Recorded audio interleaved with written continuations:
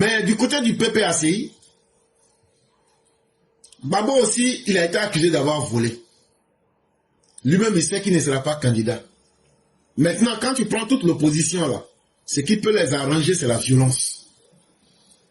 Mais quand on fait aussi nos analyses, côté violence là, ça là, ils ont vu que ça va leur coûter extrêmement cher. Et puis, avec tout ce qui a été mis en place là, c'est plus sûr que ça va marcher.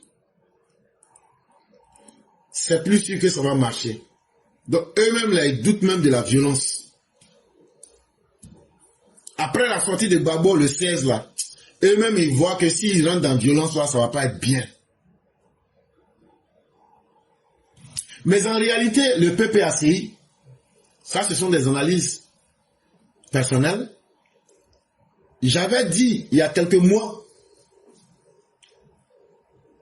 qu'il était important que nous fassions attention au système informatique de la Côte d'Ivoire et particulièrement la CEI. J'avais demandé que l'on fasse très attention parce que le système informatique de la CEI pourrait être piraté. Je reviens encore sur cette même proposition. Je n'ai pas dit que ça s'est fait. Je n'ai pas dit que ça va se faire. J'ai dit que ça pourrait se faire. Et pourquoi j'ai dit ça? Parce que le nom Awadon Melo, quand tu prends ce seul nom et tu regardes la fantasmagorie qui est en train d'être réalisée pour dire que l'autre n'est pas d'accord avec Awadon Melo, Issou Sila n'est pas d'accord avec Awadon Melo, c'est Simon qui fait ajouter. Tout cela, c'est de la comédie. En réalité, là, Awadon Melo, là, pourrait être, sinon même, il est le cheval de Troie. Cheval de Troie, là. Je vais expliquer rapidement. Il y avait une ville qu'on appelait Troie.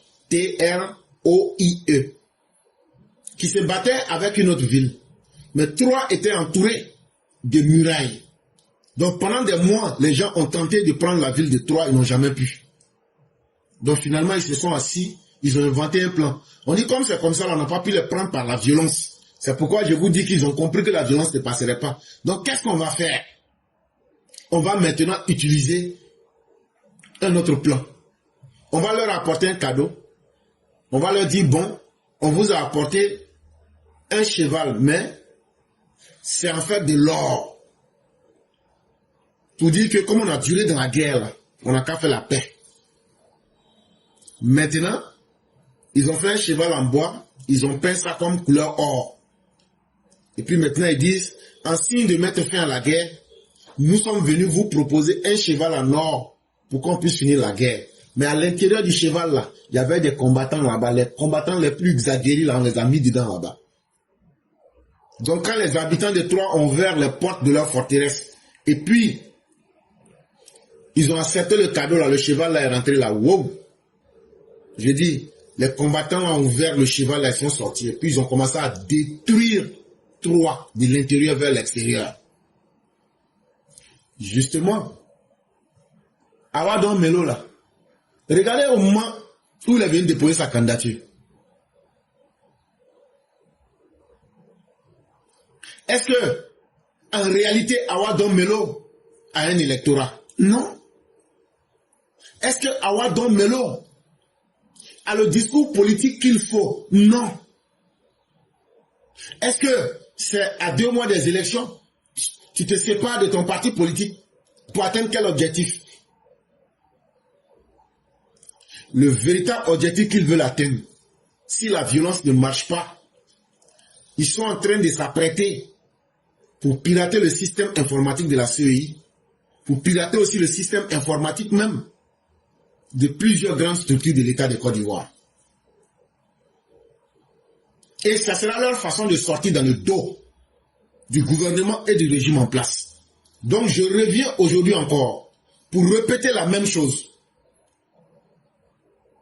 Les opposants savent que s'ils sortent pour la violence là, ils ne sont pas bêtes, hein. Ils ont dirigé avant. Ils savent très bien ce qu'ils ont fait aux gens. Ils savent très bien que s'ils font la violence là, hey, de toute façon les gens vont sortir contre eux là. Ça ne sera même pas l'armée de Côte d'Ivoire même. Parce que dans les quartiers, les gens vont sortir pour en découdre avec eux. Les rancœurs sont entassés dans le cœur des gens. Quand le président Ouattara va à Bouaké, et puis Bouaké est rempli comme un œuf là, ils voient ça, ils regardent, ils disent ah! Ça les interpelle.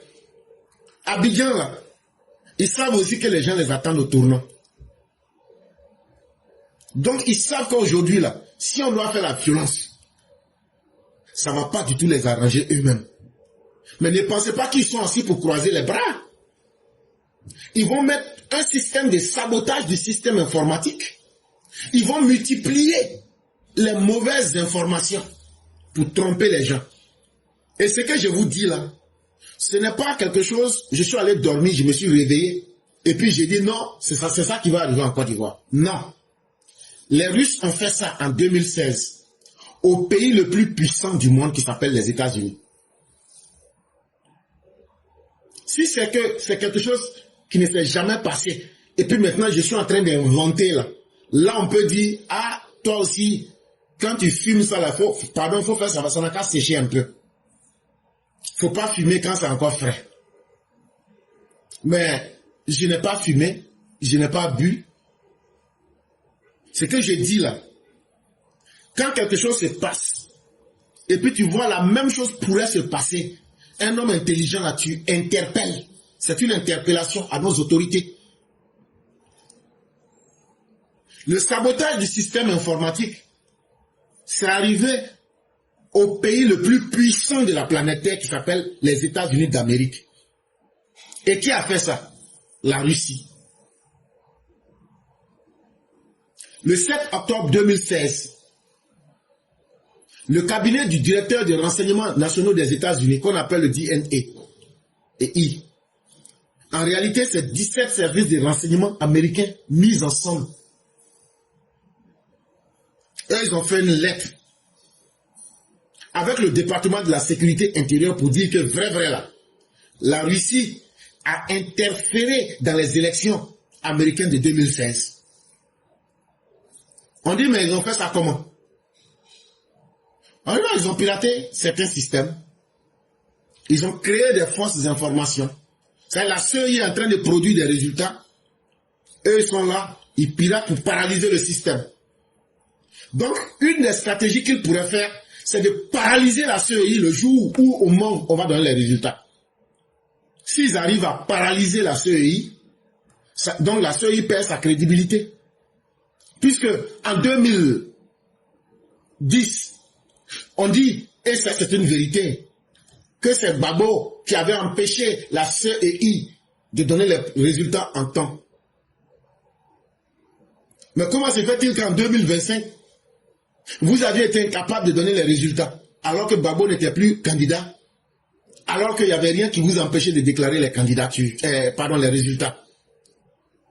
Comme tout est informatisé aujourd'hui, pour saboter et discréditer la CEI, ils pourraient tout mettre en œuvre pour saboter et paralyser le système informatique pour que les résultats ne puissent pas être annoncés à temps. Là, comme ça, ils vont dire, mais regardez des gens, non seulement ils ont éliminé des candidats, mais eux-mêmes, leurs propres résultats pour venir annoncer là, ils viennent vous dire que leur système a été piraté, juste pour mentir sur les résultats et puis les transformer en leur faveur. Ça pourrait faire partie de leur plan. Mais bien avant les élections, s'ils n'arrivent pas à paralyser le système, il se pourrait qu'ils fassent un clonage de la CEI, et des résultats vont sortir. On dit qu'elle a eu tel nombre de points, mais en même temps qu'elle a eu aussi le même nombre de points, on dit, mais comment deux personnes peuvent avoir 20 points, puis on dit, bon, il y a un qui est premier et un qui est deuxième. Donc, ils vont multiplier des tentatives de sabotage pour essayer de confondre les gens.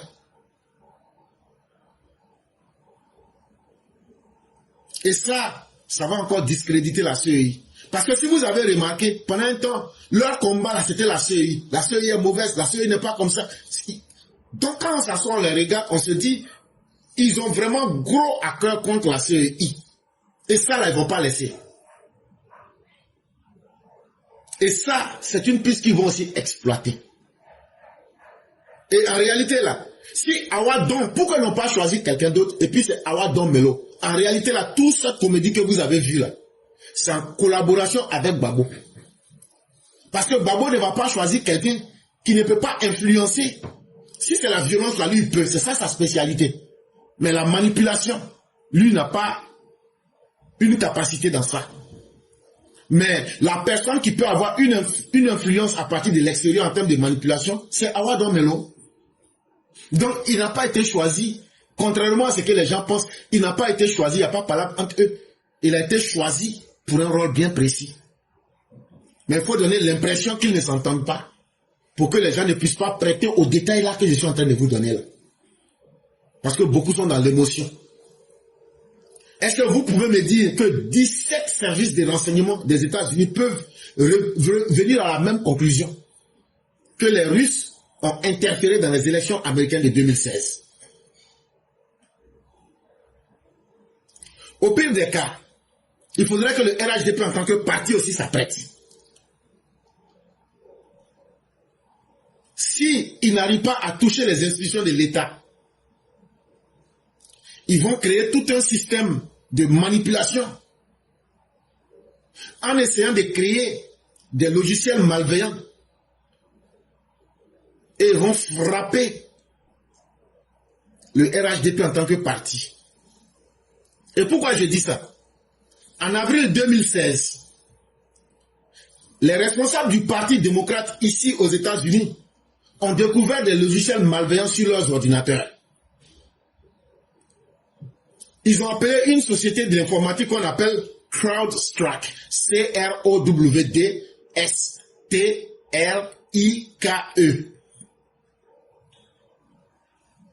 Et qu'est-ce qu'ils ont découvert? Effectivement, sur leur réseau informatique, des traces ont été laissées par deux groupes de hackers. Or, ces deux groupes de hackers travaillaient avec le gouvernement russe.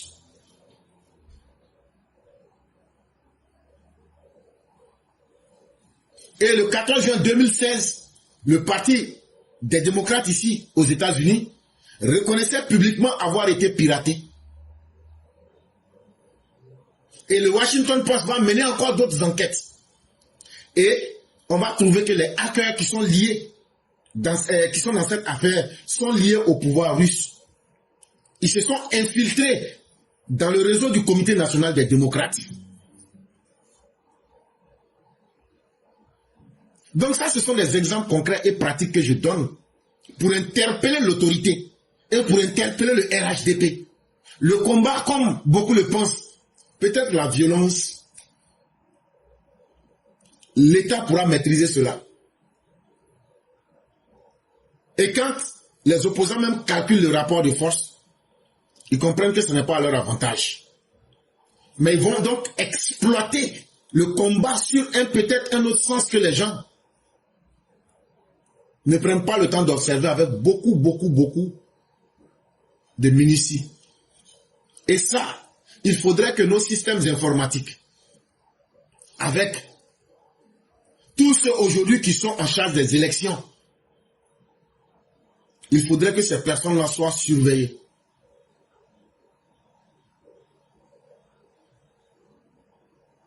Et il y a notre frère Ado 100% qui nous dit ici que la seule solution pour mettre la Côte d'Ivoire sous cloche le jour des élections, c'est de couper le flux entrant d'Internet et de ralentir les flux sortants. Et ça, nos recommandations ne sont pas des paroles qui viennent de Dieu, mais ce sont des observations. Et c'est à vous-même de regarder, c'est à vous-même d'apprécier. En tout cas pour nous, on a eu l'honnêteté de dire ce qu'on pense. On n'a pas insulté quelqu'un. Ce qu'on a dit, vous pouvez vérifier. Ce qui arrive même au plus puissant, ce n'est pas au plus petit que ça ne peut pas arriver. Parce que la Russie a besoin aujourd'hui d'un pays qui puisse lui faire déboucher sur la mer. Quand les Maliens ou même les Burkinabés disent on a besoin d'un pays où il y a la mer là, c'est pas eux vont faire quoi avec la mer? C'est pour d'abord rendre leur maître puissant pour qu'eux puissent bénéficier de cette puissance-là. En tout cas, nous avons dit ce que nous pensons. Nous sommes dans un monde de la liberté des pensées. On peut peut-être se tromper. Ou bien on peut être un peu paranoïaque. Les gens peuvent prendre comme ils veulent. Mais tout au moins, notre position a le mérite d'avoir été dit clairement. Et nous assumons ce que nous disons. Il y a un cheval de Troie de la Russie. Et il n'est pas mauvais de prévoir tous les scénarios pour déjouer. De la même manière que l'État ivoirien a mis aujourd'hui tout en place pour déjouer toute forme de violence, il faut aussi mettre en place tout le système qu'il faut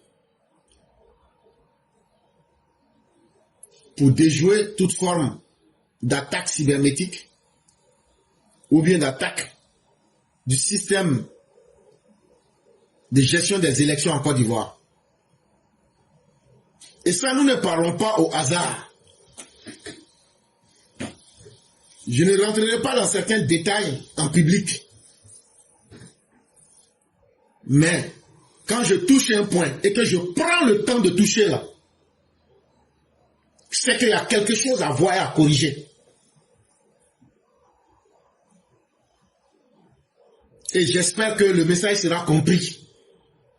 Et j'ai fait exprès pour parler en public aussi. Parce que regardez ce qui arrive au site même de la présidence de Côte d'Ivoire. Est-ce que vous pensez que c'est normal?